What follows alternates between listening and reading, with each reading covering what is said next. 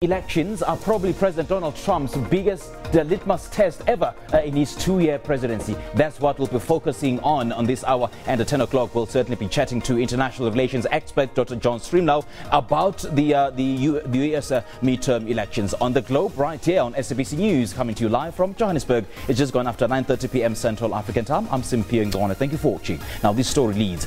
Former U.S. President Barack Obama warned on Friday against rhetoric he said was meant to sow fear as he campaigned in support of Democratic candidates. The former president is in Georgia to rally for Democratic candidate Stacey Abrams, who is locked in a tight race with Republican Brian Kemp, capping off a day of campaign events for the Democrats. Obama hit on a common theme of Democratic campaigns, urging Americans not to embrace hostility and division in politics.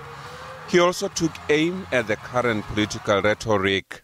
What we have not seen, at least in my lifetime, is an approach in which folks in the highest levels of office, folks who we thought our children should be looking up to, will just blatantly, repeatedly, boldly, shamelessly lie. Just make stuff up. Just say things that they know are not true. And they just keep on doing it. U.S. President Donald Trump's campaign stops were aimed at bolstering Republicans, challenging incumbent Democratic senators in West Virginia and Indiana, states he won in the 2016 presidential election. Opinion polls and non-partisan forecasters generally show Democrats with strong chances of winning 23 additional seats and taking a majority in the House of Representatives, which they could use to launch investigations into Trump's administration and block his legislative agenda. Republicans are favored to retain control of the Senate, whose powers include confirming Trump's nominations to lifetime seats on the Supreme Court. The crowd of several thousands roared its affection for Stacey Abrams, who is vying to become the next governor of Georgia.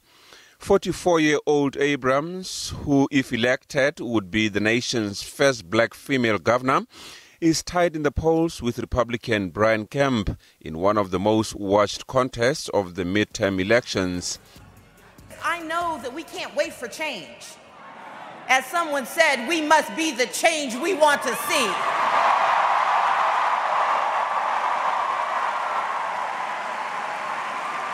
And Georgia, I'm here to tell you, we are ready.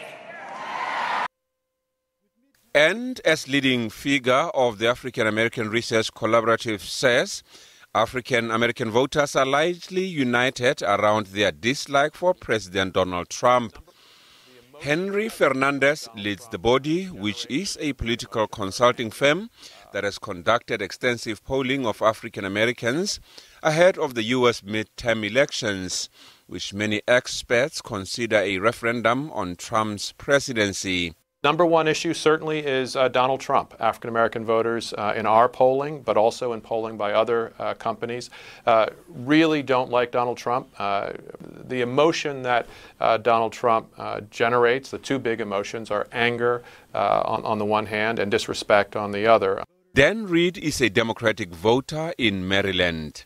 It is clear that he has such disdain for people of color. 69-year-old Democrat Donna Graham Harris came of age during the civil rights movement of the 1960s. I was around with Nixon and Reagan. They never disrespected us. They may not have liked us to a certain degree, but they did not disrespect us as a race. Trump quoted the black vote during his presidential campaign. As president, he often brags about low rates of black unemployment. But polling suggests most African Americans haven't seen a significant rise in wages, and they don't credit Trump for the strong economy. He has inherited these improving economic conditions because of President Obama, and he certainly doesn't deserve credit for them.